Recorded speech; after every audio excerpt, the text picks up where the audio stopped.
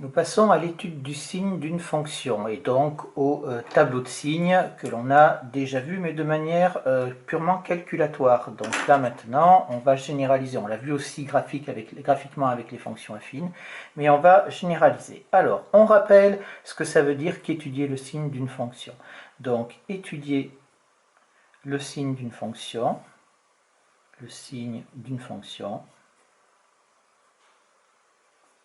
c'est résoudre d'une fonction f définie sur son intervalle de définition df, c'est résoudre trois choses, résoudre f de x égale à 0, f de x supérieur strict à 0 et f de x inférieur strict à 0. On consigne les résultats, dans un tableau de signes.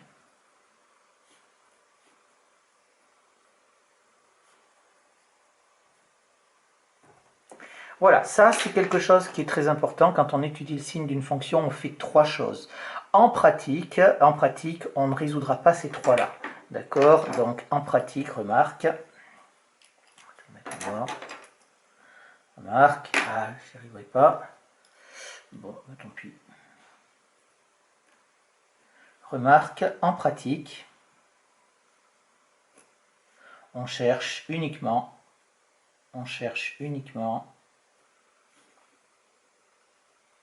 l'inéquation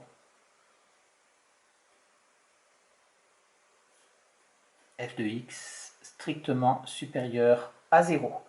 Par déduction, on trouvera les solutions de f de x inférieur à 0 et de f de x égale à 0.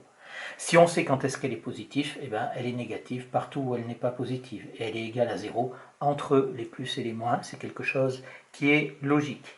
Alors, pour faire un exemple, on va faire avec la fonction,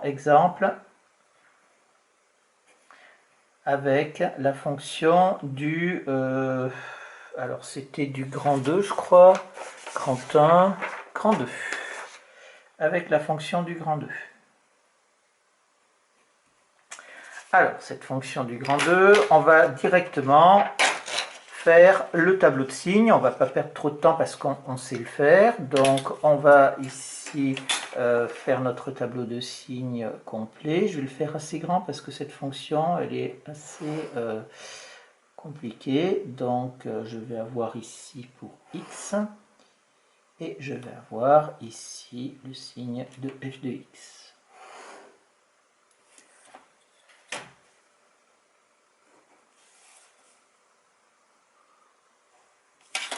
Voilà, là j'ai x et là j'ai le signe de f de x. Donc ça, c'est mon tableau de signes, il n'y a pas de souci là-dessus. Alors, je reviens sur cette fonction, c'était celle-là, d'accord? La première chose à faire, c'est de tenir compte de l'ensemble de définitions. Vous voyez qu'elle est en plusieurs morceaux, donc il va falloir tenir compte de l'ensemble de définitions. Donc ce moins 5, moins 2, 4, 5 doivent apparaître dans notre tableau. Donc elle part de moins 5, ici je l'ai ici mon ensemble de définitions. Elle part de moins 5, après il y a moins 2, il y a moins 2, il y a 4 après. Et il y a aussi 5. Et ici, ça va jusqu'à plus l'infini. Donc tout ça doit apparaître dans notre tableau ici. En moins 5. Alors maintenant, on va faire quoi? On va regarder un petit peu ces choses-là. On sait résoudre maintenant ces inéquations. L'inéquation f de x supérieure à 0 et l'inéquation f de x est inférieure à 0. Qu'est-ce qu'on fait? Eh bien, on se place sur la ligne de niveau 0, c'est-à-dire sur l'axe des abscisses. Pour f de x supérieur à 0, on prend tout ce qui est au-dessus. Et pour f de x est inférieur à 0, on prend tout ce qui est en dessous. D'accord? Donc, qu'est-ce qu'on va faire? Ici, on va lire notre dessin de la gauche vers la droite.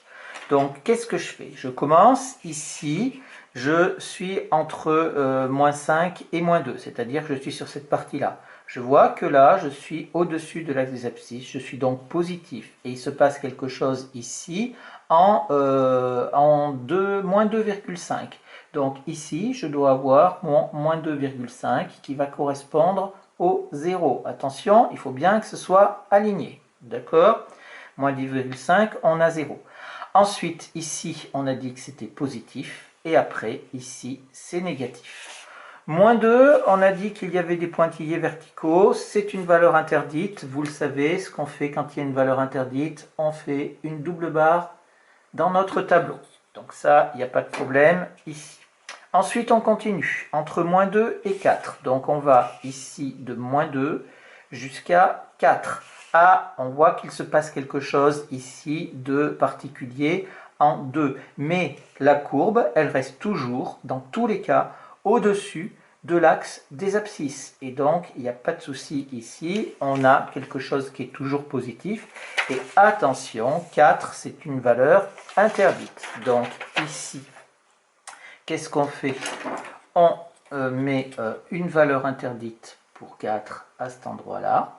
Voilà. Et ici, on a quelque chose qui est positif parce que la courbe est toujours au-dessus de l'axe des abscisses. Elle ne passe pas du côté des négatifs. Ensuite, on repart à partir de 5. Donc 5, je suis obligé de mettre ici une barre parce que entre 4 et 5, il n'y a rien du tout. Donc si entre 4 et 5, il n'y a rien du tout, qu'est-ce que je fais? Je vais assurer ici pour dire qu'il n'y a rien du tout, que la fonction n'existe pas, que ça ne fait pas partie de l'ensemble de définition. Attention, je ne mets pas une double barre à 5 parce que 5 possède une image. 5 possède une image ici, donc je ne mets pas une double barre parce que ce n'est pas une valeur interdite. Ensuite, qu'est-ce que je fais? Je continue et je vois que la courbe, elle est au-dessus de l'axe des abscisses, donc la fonction est positive. Jusqu'ici, alors je compte, 1, 2, 3, 4, 5, 6, 7, 8, 9, 10. Ici, on est à 10. Donc, il faut que je mette 10 qui apparaît dans mon tableau, où je vais obtenir 0 en dessous de 10. Hein, c'est l'endroit où la fonction coupe l'axe des abscisses. Et bien entendu, elle est au-dessus avant et après elle est en dessous. Donc on a plus et moins. Voilà comment est-ce qu'on fait la courbe représentative, le tableau de signes d'une courbe représentative. Il y a pratiquement tous les cas de figure que vous pouvez rencontrer qui sont réunis dans ce seul exemple. Voilà, je n'ai pas grand-chose de plus à dire. Si la remarque que je vais faire ici, donc là c'est intersection avec l'axe des abscisses, intersection avec l'axe des abscisses. Ici, c'est la courbe CF, quand c'est positif, est au-dessus de l'axe des abscisses.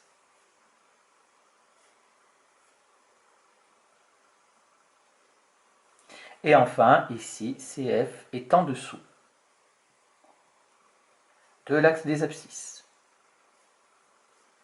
Attention, hein, quand on fait les études de signes, c'est toujours par rapport à l'axe des abscisses. Et on lit bien les valeurs de x toujours sur l'axe des abscisses ici. Et là, le plus indique que la courbe est au-dessus et le moins indique que la courbe est en dessous. Et les zéros indiquent les points d'intersection qu'il y a entre la courbe et l'axe des abscisses. Moi, dans ma façon de faire, je commence toujours par mettre les zéros d'abord pour bien avoir toutes mes valeurs ici qui sont bien mises. Et après, je mets les signes plus et les signes moins. Mais vous pouvez procéder autrement. Le tout, c'est que ce soit efficace. On en arrive au grand 5, étude des variations et tableau de variation.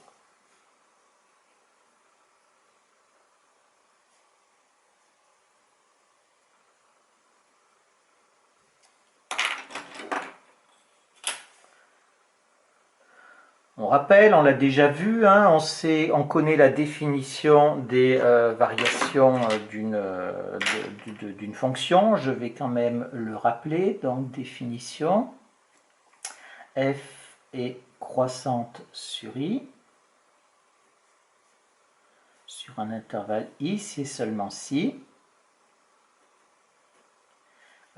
pour tout réel a et b de l'intervalle i, on a si a est inférieur à b, alors f de a est inférieur à f de b. Inférieur ou égal, puisque j'ai mis croissante, si j'avais strictement croissante, je mettrais un strictement inférieur ici. Donc ici, elle conserve l'ordre. D'accord? Donc là, l'ordre est conservé.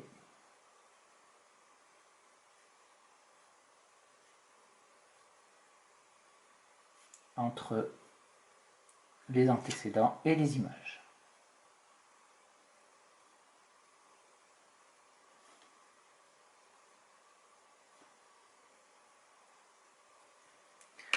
La deuxième partie de la définition, c'est f est décroissante sur l'intervalle i, c'est seulement si, pour tout réel, alors c'est tout réel avec un s, pour tout réel a et b de l'intervalle i, si a est inférieur à b, alors f de a est supérieur à f de b, supérieur ou égal, puisque j'ai pris décroissante et pas strictement décroissante. Même chose ici, a et b, on prend deux réels qui sont rangés dans un certain ordre et les images sont rangées en sens inverse. Donc ici, l'ordre est inversé. L'ordre est inversé entre les antécédents et les images.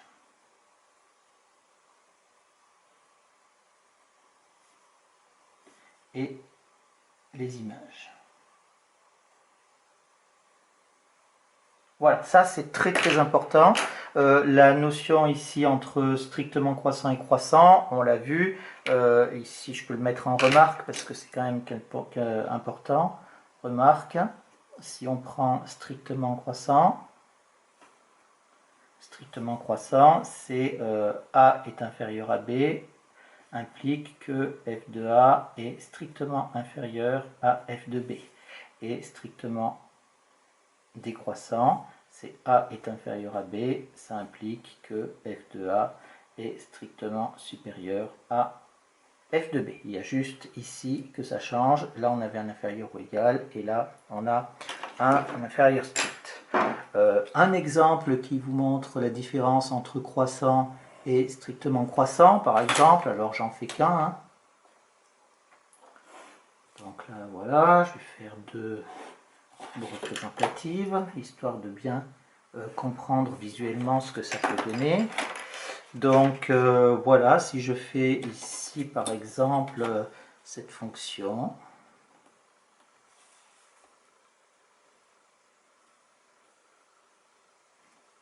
là elle est croissante. Et là, ici, elle est strictement croissante. Oh, pardon.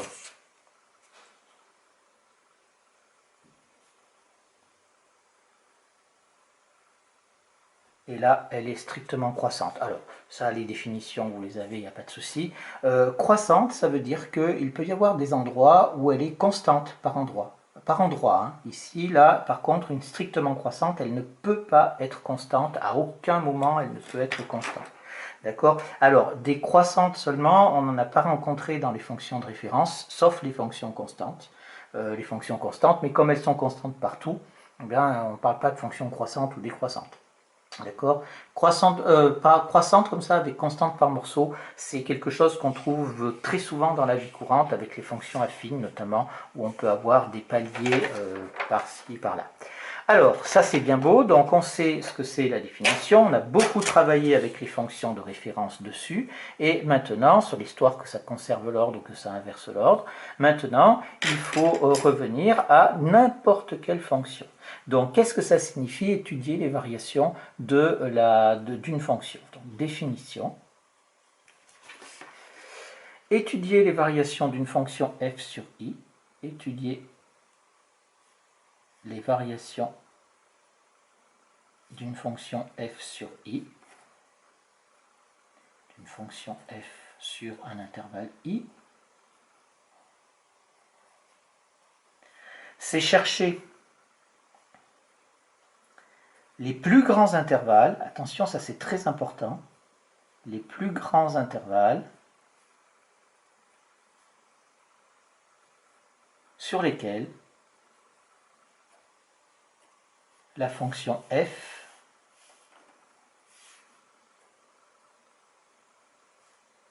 est soit strictement croissante, soit strictement décroissante, soit constante.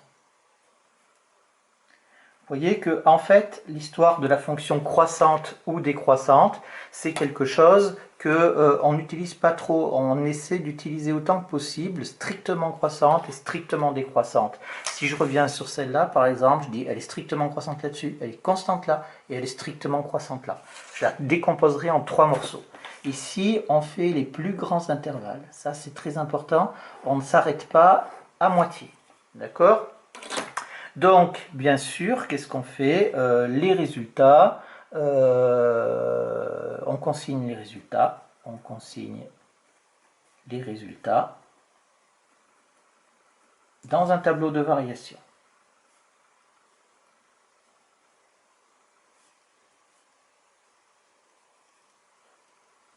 Dans un tableau de variation. Alors, on va faire un exemple ici, et en exemple, on va prendre toujours notre fonction de départ. Donc, exemple, toujours avec la fonction du grand 2.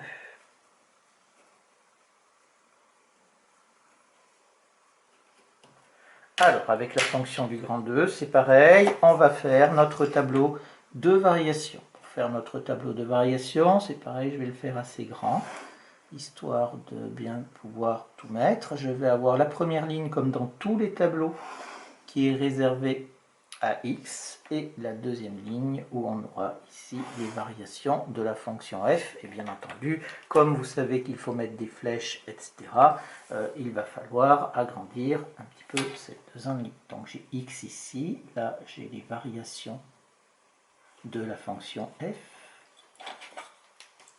ici. Alors, de la même façon qu'on avait tout à l'heure, la première chose à faire, c'est de regarder l'ensemble de définitions. C'est-à-dire qu'il va falloir avoir notre -5, -2, -2, 4, etc.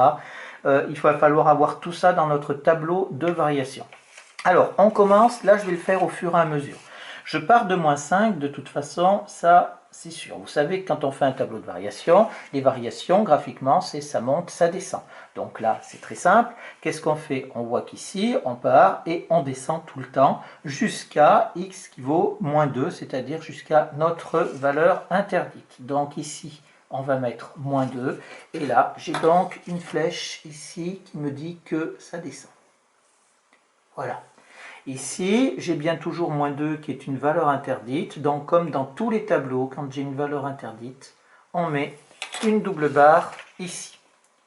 Donc, j'ai ma flèche. Ensuite, je repars de -2.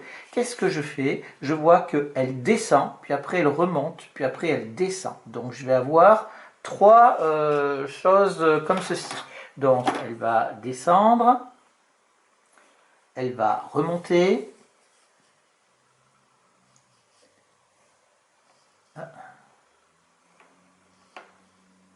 et elle va redescendre.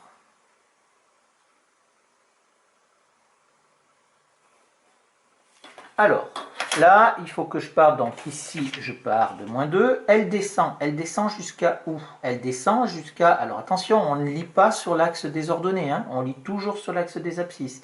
Donc elle descend jusqu'ici, c'est-à-dire jusqu'à -1. Donc elle descend à -1. Faites attention de bien aligner ici. Ensuite, qu'est-ce qu'elle fait? Elle remonte ici, elle remonte jusqu'à 0,5, d'accord? On est donc là à 0,5. Et ensuite, elle redescend jusqu'ici, c'est-à-dire jusqu'à 2. D'accord? Et à 2, ici, j'ai quelque chose de particulier, puisque ma fonction, elle est en plusieurs morceaux. Donc, je suis obligé de la séparer un petit peu comme ça. Je ne mets pas, surtout pas une double barre, parce que ma fonction, le 2 n'est pas une valeur interdite. Donc, j'ai cette chose-là. Maintenant, regardons ce qu'elle fait à partir de 2. À partir de 2, qu'est-ce qu'elle fait? Elle remonte de nouveau. D'accord? Elle remonte de nouveau. Donc, qu'est-ce qu'on fait? On fait une flèche pour dire qu'elle monte de nouveau. D'accord? Et elle monte jusqu'à combien? Elle monte jusqu'à 1, 2, 3, 4 ici. D'accord? 4 à cet endroit-là. Jusqu'à 4. 4, qui, je vous le rappelle, est une valeur interdite. Ensuite, qu'est-ce qu'on fait? On continue, il y a un morceau, on repart de 5, ici, et vous voyez qu'à partir de 5, elle descend tout le temps. Donc après, on repart à partir de 5, on va jusqu'à plus l'infini, et la fonction, elle descend tout le temps. Voilà notre tableau de variation qui est presque terminé. Mais attention, maintenant, il faut mettre l'extrémité des flèches quand on le peut. Donc on regarde en -5, c'est-à-dire qu'on va mettre les images des nombres qu'il y a ici dans notre tableau de variation, autant que l'on peut. J'ai oublié de ici faire une chose que j'avais fait dans le tableau de signes, c'est-à-dire que là, entre 4 et 5, ma fonction n'existe pas. Donc j'assure pour dire que la fonction n'existe pas à cet endroit-là. Alors, on met les images maintenant. Quand je suis à 5 ici, je suis à 1, 2, 3, 4. Je suis à 4, donc je mets 4 à cet endroit-là. Faites attention, il faut bien être en dessous. Là, ici, en -2, eh bien, on ne sait pas le faire, on ne le met pas. C'est pas au programme de seconde. Maintenant, vous voyez bien que ça descend infiniment. Donc, ici, on pourrait mettre moins l'infini. D'accord? Mais c'est un léger petit déplacement de programme. Pareil ici, quand on est de l'autre côté de 2, elle monte indéfiniment, elle vient d'en haut, complètement d'en haut. Donc là, on est à plus l'infini. Ensuite, on descend pour x qui vaut -1. X qui vaut -1. Le moins, on ne le voit pas trop là. Je le refais là, parce que... Voilà. Et comme ça, ça sera plus simple. -1. Pour x qui vaut -1, et ici, on voit bien qu'on est à 1, 2. Moi, je vois que je suis à 1, 2, 2,1 à peu près. Donc, je vais mettre ici 2,1. Je remonte à cet endroit-là, 0,5, cette fois-ci, je suis à 3. Je redescends ici, je redescends à combien? Je redescends à 2. D'accord? À 2 ici. Ensuite, là, je repars de 2 ici pour x qui est... je redescends, excusez-moi, je redescends à 1. Excusez-moi, j'ai mal lu ici parce que je pensais à autre chose. Donc là, elle redescend jusqu'ici, donc x vaut 2, mais y vaut 1. Ici, attention, les variations de f, cette ligne-là concerne les y. Hein. Donc ici, je suis à 1. Là, ensuite, de l'autre côté, qu'est-ce que je fais? Je repars de 3. Je repars de 3 ici, et je monte jusqu'à 4 ici. D'accord? Ici, on est bien à 4 à cet endroit-là. D'accord? Il se trouve qu'on est à 4 aussi sur l'axe des abscisses. Voilà. Et pour 5, c'est pareil. Il se trouve qu'on est aussi à 5 sur l'axe des abscisses. Donc, on repart de 5 à cet endroit-là. Voilà notre tableau de variation. Il manque un tout petit truc. C'est juste de dire que ici, de ce côté-là, voilà, là, on dit que ce n'est pas défini de ce côté-là. Puisque là, vous voyez que 2 ne possède pas, n'a pas pour image 1. Si je laissais ici, je pourrais croire que 2 a pour image 1. Or, 2 a bien pour image 3. Donc, il faut faire attention ici à bien séparer.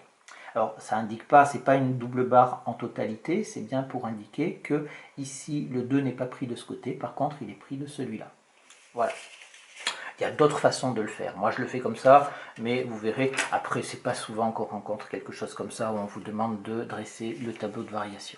Voilà donc pour les tableaux de variation. Voilà comment est-ce qu'on fait. Et donc, en lecture graphique, je dis bien en lecture graphique, des tableaux de variation compliqués comme ça, honnêtement, vous n'en rencontrerez pas. Mais si vous avez compris celui-là, vous les avez tous compris. Voilà pour ces deux types de tableaux qu'il ne faut absolument pas mélanger. Il faut bien faire la différence entre les tableaux de signes et les tableaux de variation. Vous voyez hein, que ce ne sont pas du tout les mêmes. Il suffit de les superposer tous les deux. Et vous voyez très bien qu'ils n'ont rien à voir l'un avec l'autre. Je ne peux pas plier. Vous ferez ça chez vous. Voilà.